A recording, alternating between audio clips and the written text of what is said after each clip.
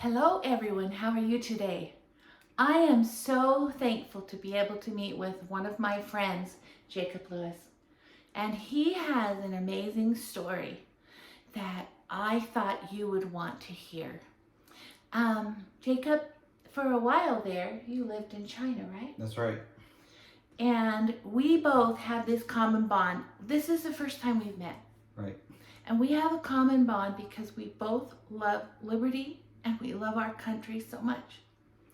And so I think the information that he is going to share will be very valuable. Hang on there and listen. Let's hear some things from Jacob about what he feels like is happening in our country now and what it's like to live in communist China. Right. Tell them a little bit about that you lived there for a Okay. while. They might want to know that. Okay. So they know that you're not just Right. reading it from a textbook. Right. You have real life experience. Exactly. So my wife is Chinese, and so for the last, starting since we got married about 8-9 years ago, she was kind of talking to me. Hey, after our first kid, she's like, well, why don't we move back to China? And so our firstborn can learn Chinese. And like, it's okay. I served my mission in Tokyo, Japan. I've been to Asia and stuff. So I was like, I'm good. So after a while, she just kept asking and asking again. And after our second child came, she asked again. I said, no, I'm good. A few more. But obviously she wasn't good. After a couple of years down the road, she's like, well, the kids are getting old enough. If we move to China for a little bit, they can learn Chinese. I'm like, yeah. So I was kind of getting fed up with my job. And one day she asked me, I'm like, okay, let's do it. Let's go to China. And so we basically sold everything on KSL, all of our cars, everything, rented our house out in East Layton that we have now. And we went to China. So we left in May of 2019. We left, and while there, I was teaching English, and her mother, who works for the government, has a lot of connections, and got me a job working at a local kindergarten. In fact, I was my children's English teacher in China. So while there, we decided we were going to come back. It was about January 2020. And we'd heard a little bit about the coronavirus and stuff going on. And we decided to just fly back to America just to visit for a couple weeks, and then we flew back. When we flew back, we showed up to an empty airport, a city in Shanghai, which is 27 million people. The airport was empty. And we're like, what the heck's going on? Everybody's in hazmat suits or checking their temperatures and everything. And then, so her dad comes to pick us up, and we drive to these checkpoints. Everybody's in hazmat suits. They want to see my passport. They want to see my wife's federal ID card. Or in China, everybody has a national ID card. So, and they check your temperature. Everyone's in hazmat suits. I'm like, oh my gosh, this is crazy. And me being kind of a rebel, I don't want to give them my passport. I don't want to check on my temperature. Just leave me alone. Let me go on my way. I want to go home. I'm tired from flying 14 hours on a plane. So it was unbelievable just to see what had happened. Extreme, going from America, pure freedom, we just barely heard about the virus, to complete lockdown in China. And so you went home for a little visit, huh? Yeah, we came back for America, 2 weeks in January of 2020. When you came back, everything was full blown. And when we got back to China, everything's full blown. I guess it didn't take place here in America until like around March, is what I believe, is when all the lockdowns and the wear a mask and all this stuff was taking place. But the odd thing is when all this virus stuff, first of all, during the lockdown, you couldn't really even go out of your house in China for fear of being arrested, because when you're locked down, you're locked down. The only way you get food is there's these little guys on mopeds that drive around and drop your food off on your front door. And those are really the only guys allowed out, out of necessity to get people food. But and so for fear of leaving your home and getting arrested, we didn't leave. We never left the house for 2 months. The funny thing is, after that 2 months was over, so we're looking from January almost to the end of March, probably beginning of April, everybody was back outside. Nobody's wearing a mask. Nobody's social distancing. All the restaurants were full blown open now. and you could go in there and order anything you want. I mean, just basically nothing anymore, like nothing had even happened. So it was just really bizarre to go from pure lockdown and back to almost nothing. And then you see on the news over here in America from China, and you're thinking, okay, everything's locking down in America. What the heck is going on? And so their extreme measures they're implementing in America, that like they did in China. You know, you got to wear a mask. Nobody's allowed to go into Walmart unless at a certain time. You can only go from, you know, from 8 a.m. to 5 p.m. and the elderly can go a little bit later or earlier. But all these extreme measures. But it was just really odd to see full-blown lockdown to almost no measures being taken place at all in China, and then hearing on the news that America is the same way, pretty much locking down, but not as extreme as China, not close as, not even near as extreme as China, but was being locked down. It just was really surreal and bizarre. Well, that was the phase it went through too, huh? Right. And we went through that phase. And so the thing that I wanted to bring out too is how, like, what is it like to live where you are, where they have social credits? Right. And it might be more extreme in the big cities, right? Yeah. Well, because we're kind of heading that way. So everywhere in China, they have a social credit system. So let's say, in fact, I got many tickets over there, traffic tickets. In fact, when you're there, you will never see a police officer pull over anybody on the road because there's cameras everywhere. If you cross the white line, you get a ticket. You get a notification. You get it in the mail. You get it in the mail, and if you don't pay or show up to court or take care of the ticket, they will come and arrest you. That's as simple as that. I mean, here in America, kind of the same thing. You'll issue a warrant or whatever, but I mean, if you don't pay, it's a big issue there, and it goes against your social credit system. So if the social credit system can affect your travel in China, so if you have too many points on your social credit, like I was talking about, everybody has a national ID. It goes on your national ID. You have a ding on your social credit when you show to get on the plane or a train or a bus or anything over there. They say, oh, you have too many social credit points. You can't ride the train. But that's just working your way up to, I mean, you have to get so many points in order for that to happen. But if you get too many points, you cannot travel in China. In fact, there's a fighter, a UFC, or I should say mixed martial artist in China called Xiao Shudong. And he lives in Beijing. And he got in trouble for beating up too many Kung Fu guys. But in the Kung Fu people complained to the government, and they dinged his social credit system because some of these guys had clout with the government, and so now he can't travel. So it's also who you know. Yeah. So yeah. There's just no justice. There's just. It is a lot about who you know in China as well. So, luckily, my mother-in-law is pretty high up in the government, where I didn't have to worry too much about things. But not only that, but they really don't. They don't use that social credit system on foreigners because there's really nothing they can do.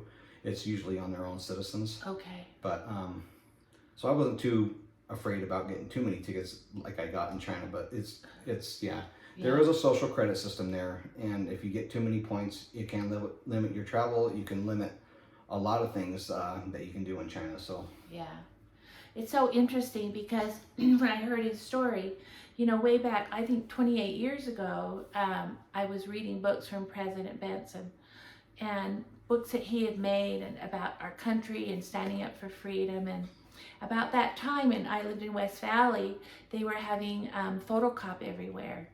And my mother went and paid a photocop ticket, and I said, Mom, do you know it's unconstitutional? They shouldn't be doing that. You don't have any representation for yourself, and it can lead to tyranny. And she said, no, I didn't know that. And I said, yeah. And I heard a few days later or whatever, Christine, I had that ability to hear, Christine, you're going to be getting a photocop ticket. I'm like, okay, and I did. And I met people, and we were able to do what we could to stop photocop in West Valley City. That was 28 years ago, and during that time, I was studying about the last days and had a lot of interesting information come to me. about what I'm living through now, and about what we all are going through right now, and how. So, the thing that is really concerning also at this time is how they are trying to force people to get vaccinations. And it's setting up, it's just like, it's surreal. I mean, I'm always like, am I in some kind of, what's that show? Matrix. Matrix, or the show about a long time ago about weird things that happen.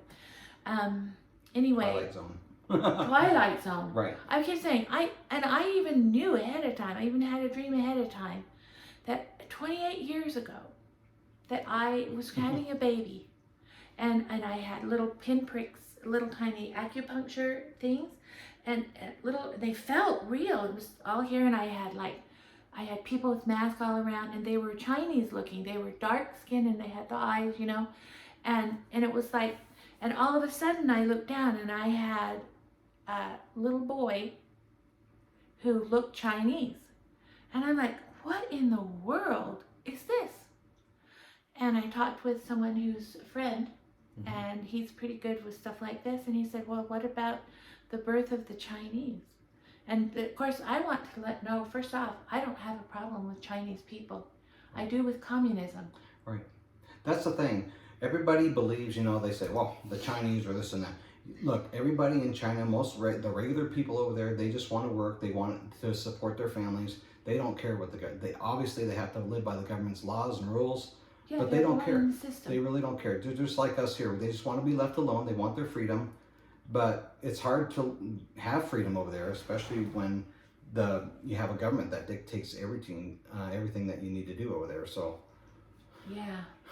So we are at this point, and whether or not you believe that the vaccine is good or it's helpful or whatever, what can this lead to? Mandating and forcing people to do something they don't feel is right for them. How scary is that, Jacob? It's really scary. Not only that, but according to the VAERS government website, over 12,000 people have died of the vaccine. That's more than any of the vaccines in the past 20 years. And there's another guy suing, saying, no, the number's way higher than that. Yes. But I find it really odd that they mandate vaccines, and the liberals and the people who want to limit your freedom are the ones who beforehand were saying, my body, my choice. Now it's, you need to get your vaccine. You're selfish if you don't get the vaccine, because you could give it to somebody else. And we forget too that what happened to my body, my choice. Yeah, and it's also it's only a small percentage of people who get COVID who will even pass. Right. My husband and I had it, and we know a lot of people who've had it, and they're still alive. I had it too. It was very mild for me and my mother and father, who got it at the same time. In fact, my wife just got it over it 3 weeks ago. We were hiking 3 miles. We were doing various things. It's Hardly even knew she had it. Right. But it is being. Do you feel like it's being orchestrated? I'm sorry, you might not want to hear this, whether it happened on purpose or what. The use is being orchestrated to take away freedom. And what do we have in the Book of Mormon? What does the Book of Mormon talk about all the time? Secret combinations. Correct. Right. And if we don't watch out for them, they seek to take all the liberty of all nations. Right. And that's what's happening. Right. So here in Utah, and right now, so we're in Utah. So there are people who, and the government has left it up to businesses to decide what they want to do. Of course, they don't want to take the heat, right? So they're going to, and so it's very concerning, because you are now allowing the government or private entities to tell you what you can and can't do. Nurses are leaving their jobs. Yep. It is bizarre. It's beyond bizarre. And I am shocked that people, maybe, and I know in other cities and other countries, people are protesting in the street.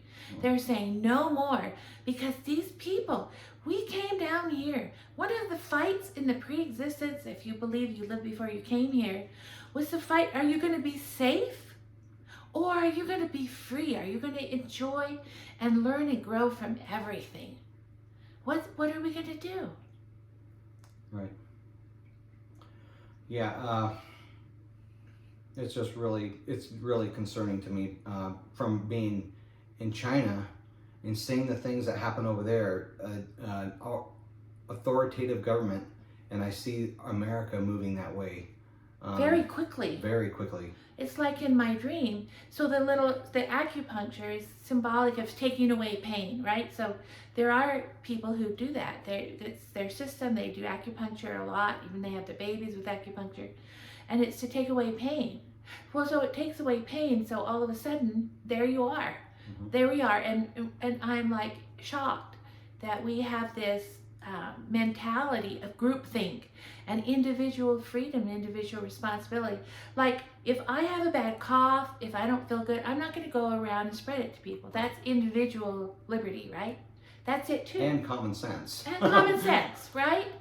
So anyway, what are we wanting to do? To encourage people to actually stand up and start writing people and start being involved. Right. What are people waiting for? I don't know. It's really sad to see people who are more concerned about who's going to win The Voice, who's going to win America's Got Talent, what's Justin Bieber's next song going to be. Who cares? Who cares? Who cares? There's so many. Our country's going to heck in a handbasket really quick, and they're worried about who's going to win Jeopardy, who's the next Jeopardy host. Or how about this? I don't want to offend anyone, so I'm not going to say anything. I'm not going to stand up for liberty. I'm not going to stand up because I don't want to offend anyone. I want to be nice. Right. I think it's time to take the gloves off. Long ago, it was time to take the gloves off. If you're more concerned about what the weather is or your job, or there's bigger things to be concerned about. I have 3 kids. I don't want to see my kids grow up in an authoritative government. And well, we are headed that way. We're heading that way really quick. Quick as anything. Anyway, so he took time out of his busy schedule and his busy life to share a little bit about what it's like in China. And for me, and my love of liberty, one time, as some of you know that I'm LDS, and when I was 12 years old, I was so excited I was going to finally get to go to young men, young women, to a fireside, And my father, he said to me, Christine, a fireside is coming up and you're going. And I'm like, what? What's happened here? I was excited to go. And he took that away from me. Do you know what I did? I didn't go. I went to my girlfriend's house instead. We cannot force people. Right. We cannot do that. It doesn't work. Yeah. It's part of why we're here. Mandates don't work. If you compare the places or states who have had lockdowns and mandated masks the whole time, and people in the states who have said, hey, it's your choice if you want to wear a mask or not, the statistics are the same. Nobody's getting less or more sick than anybody. I mean, in some states like South Dakota and Florida, there's literally no difference mandating or not mandating. Everybody has a choice. If you want to get the vaccine, go ahead. If you want to get the vaccine, great. If you want to wear a mask, great. But that's your choice. Yes. You should not be mandated or forcing, which is Satan's plan, by the way, forcing anybody to get anything or do anything against their will. And against their conscience. Right. And I find it alarming that businesses are saying, if you want to come to our concert, if you want to go to our restaurant, if you want to, do anything, go to a gym, you have to show us your vaccine card. Yeah. And now in New York City, they're saying if you want to do any of these things, you have to show us the card to get in. And it's so scary. I mean, it's like Revelation, the book of Revelation happening right before our eyes. And so all that we need now, and also being in Germany, well, we need to start wearing little stars now. Yeah, a yellow star here on our shoulder. Yeah. So if you love liberty, if you think America is worth fighting for, standing up for, letting your friends know, or if you have someone who's, stand with them. Stand with people for choice. I will stand for you. If you want to take the vaccine, if you love it and you think it's the right thing for you, I am okay with that. I really am. I just don't want other people to be forcing me or other people to do what they don't want and they don't believe it's right for them. Right. Anyway, so here we are. So we just barely met, but we're kindred spirits, and people were sent for the last days. Right now, we've been told forever. And what for? To stand up for liberty and freedom. So we hope you find ways to let your light shine. I learned that song as a little girl. This little gospel light of mine, I'm gonna let it shine. This, right. Mm-hmm. Are we gonna hide it under a bushel? No, we're not gonna hide. And part of the light is the Spirit of Christ is liberty. It's freedom. It's so powerful.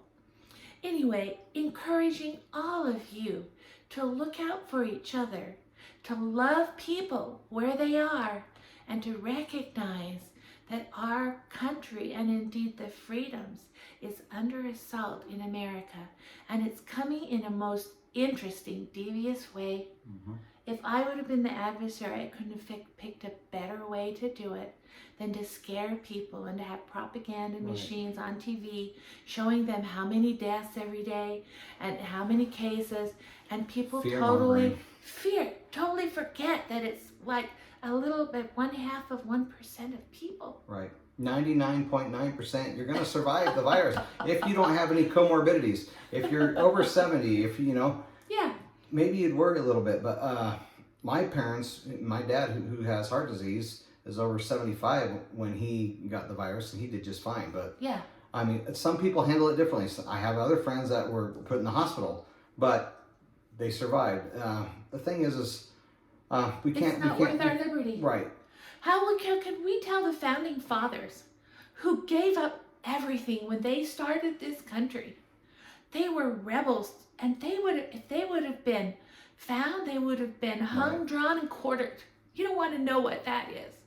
How are they feeling when we give up our liberties for 1/2% of it that you might die? Right. Really? Well, the They're thing rolling is, in their if graves. you get in a car right now, your chances of getting in a car accident is 10 times higher than dying of COVID. So please don't drive any cars. I want you to ride a bike. Oh, wait, you can't ride a bike either because you might fall off and Yes. crack your head open or something. So who said if we want safety, if you want to live your life liberty? like that in fear, go ahead. But I'm not going to do it. No. And who was it that said if you choose liberty over safety, you deserve neither? Right. Benjamin Franklin? One of the founders. Yeah. We cannot do this. This is our chance. You guys, I have a grandma. I have 11 grandchildren. I don't want them to live in a society that is dictated and that has people telling you what you can and can't put in your body and what you can and can't eat. And then you need to turn to Revelations 12 and 13 and see what that could lead to. And look at the Book of Mormon and the prophecies that we need to not let secret combinations get above us. And this is what's happening. Anyway, thank you, Jacob, in behalf of liberty-loving people, to take time off of your day and to come here and to be at my house. In the future, if we ever do something, my daughter knows how to how to do that. Right. I didn't know Edit how it. to. Yeah.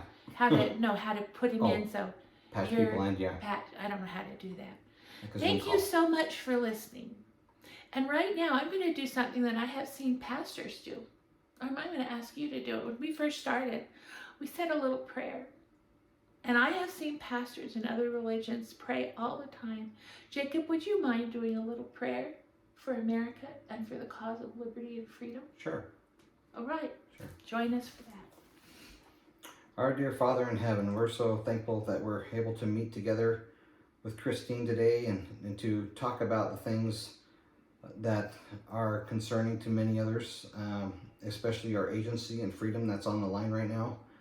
And please give us the strength and courage to fight and stand up against the tyranny that's at our door and to do the things that would be pleasing in thy sight. We're thankful for all the many blessings to live in this country, that we can be free and to do the things that we'd want to do. And bless us, Father, that we can have the Spirit to be with us, to guide us and to direct us in the things that would have us do, and to again fight for our freedoms, and to help others who also need help and encouragement in this thing. And these things we ask for and say in the name of Jesus Christ. Amen. Amen. Thank you, Jacob. You're welcome. All right, all of you. It's up to us now. Thank Ask you. God what your part is in this, because we can't sit by. Can you sit by and allow your children and grandchildren to grow up in communist America? Can you? Right. I can't. Fence sitters. Do you know what the Bible says about fence sitters, right? Okay. All right. Love you all. Thank you for taking the time to listen. It's worth it to stand up for liberty. Love you so much, and love our country and freedom. Thank you for listening. Goodbye. Bye.